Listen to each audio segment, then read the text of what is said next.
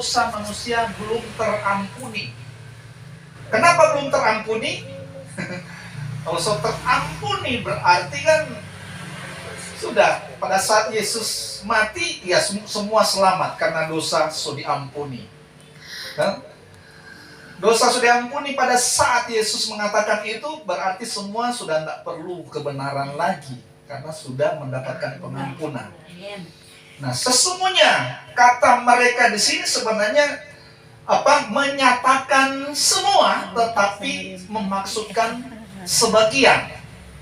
Nah ini kita harus tahu tentang apa yang isi Alkitab ini. Ada rahasia-rahasia, pengertian-pengertian yang harus kita ketahui. Sama seperti ketika bumi ini akan dibinasakan dengan air bah, firman Tuhan menyatakan bahwa seluruh dunia telah berbuat kejahatan. Itu menyatakan seluruh tetapi memaksudkan sebagian.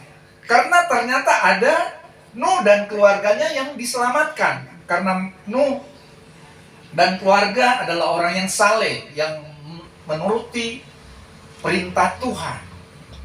Sama seperti ini, ampunilah mereka ini memaksudkan seolah-olah semua, tetapi sebenarnya menyatakan semua tetapi memaksudkan sebagian. Nah, itu sebabnya kita akan lihat, saudara, kepada siapa kalau gitu? Nah, kita lihat dulu di sini. Saya akan jelaskan sedikit di sini tentang Bapa, ampunilah mereka sebab mereka tidak tahu apa yang mereka perbuat.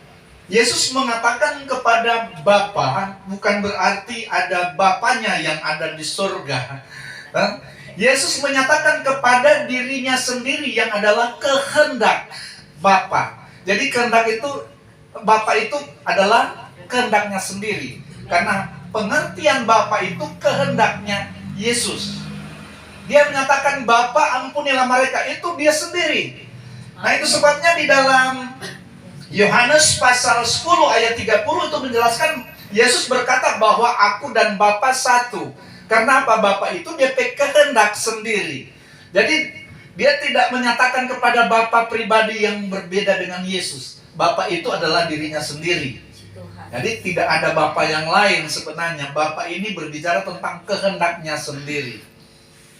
Jadi sudah paham? Kita harus mengenal Yesus itu lebih dalam. Karena kalau kita tidak mengenal dia lebih dalam, maka ada Bapa yang lain yang akan menjadi sesembahan kita.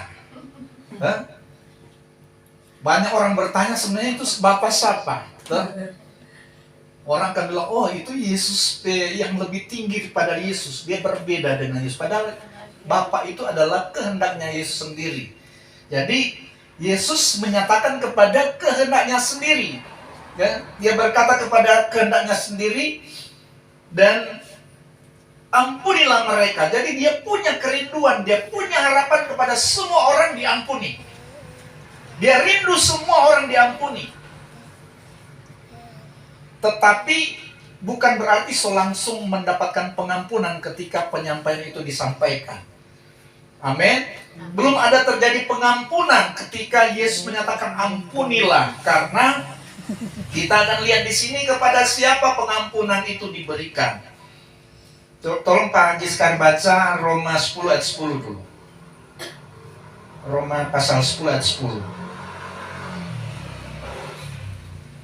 Karena dengan hati orang percaya dan dibenarkan, dan dengan mulut orang mengaku dan diselamatkan. Haleluya. Jadi kepada siapa pengampunan itu diberikan? Yaitu orang yang pertama percaya kepada Yesus. Kalau kita percaya kepada Yesus, maka akan ada pengampunan terjadi.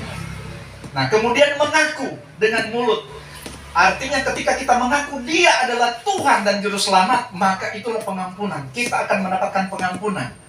Kalau tidak ada pengakuan, maka kita tidak akan mendapatkan pengampunan.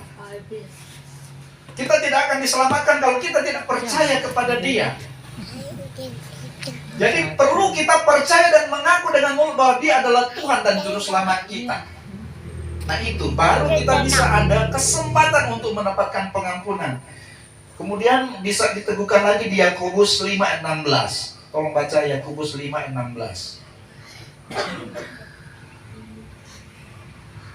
Yakobus 5:16. Karena itu, hendaklah kamu saling mengaku dosamu dan saling mendoakan, supaya kamu sembuh.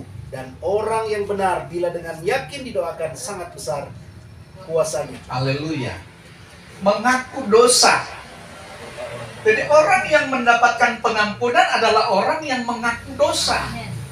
Baru ada kata dibenarkan.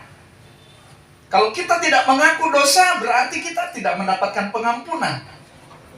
Jadi kapan kita diampuni? Ketika kita mengaku dosa kita, di situ kita dibenarkan. Ketika kita dibenarkan, Tuhan mau supaya kita saling mendoakan. Doakan orang lain supaya mereka juga bisa bertobat dan mengaku dosa mereka. Kan pertobatan itu ada suatu pengakuan akan dosa dan pelanggaran kita. Ada pengakuan. Ketika kita memiliki cara berpikir, perubahan cara berpikir bahwa kehidupan kita semuanya adalah orang berdosa, maka ada pengakuan dari mulut kita bahwa kita ini orang berdosa, sehingga kita dibenarkan. Berarti mendapatkan pengampunan ketika kita mengaku dosa. Amin. Kita dibenarkan, kemudian dikatakan doa orang benar besar kuasanya. Ini tema firman Tuhan. Saya bisa sampaikan bahwa kuasa pengampunan, ada kuasa di balik pengampunan.